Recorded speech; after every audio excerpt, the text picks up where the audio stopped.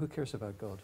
Do these bond guys see gold as an opportunity to hedge their risks? I still think it's seen as something of a renegade asset. It's certainly not yet an institutional asset.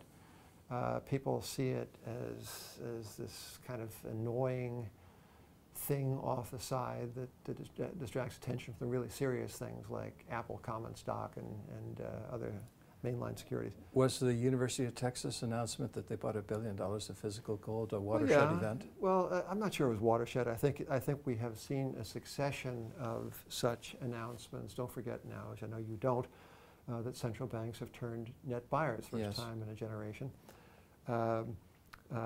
It's not only the University of Texas pension plan. Serious individuals with serious money, don't need a committee, are allocating money to gold. We know that because there turns out to be a shortage of all things, safe deposit facilities.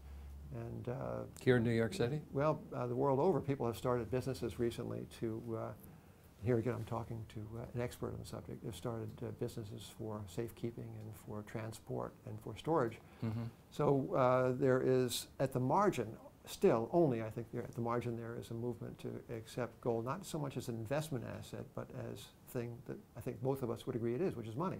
Mm-hmm. What is your view on gold? You know, is it money, and is it going to return as a form of currency at some point in time in the future? Or I think we will see a gold standard again. In the United States? Yes, I think so.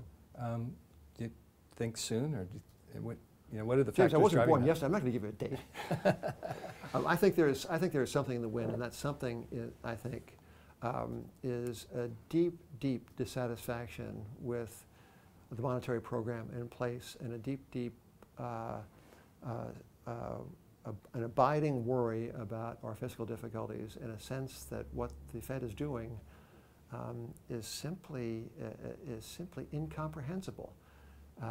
Okay, so in the Financial Times of London, there was a letter published about a year ago or more. And the letter writer says, finally, I understand. I think I know what quantitative easing is.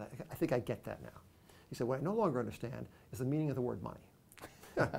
So that, to me, is the most clarifying couple of sentences of the crisis. Mm-hmm. And I think that thought, though perhaps not expressed so concisely or humorously, is in the back of the minds of the American public.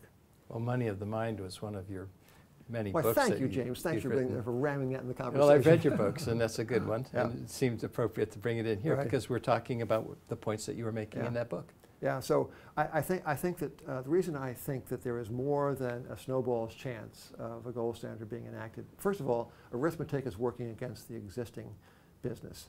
Mm-hmm. The banking business doesn't make any sense. It has to be recapitalized much too frequently for the financial health of the people who are capitalizing it, that is to say, the long-suffering taxpayers. So the banking system itself, arithmetic is working against it. Arithmetic is working against our fiscal affairs. And arithmetic is working against the balance sheets of the world's central banks. The leverage doesn't make any sense. The fact that the world's second largest economy has a central bank that is must be factually insolvent.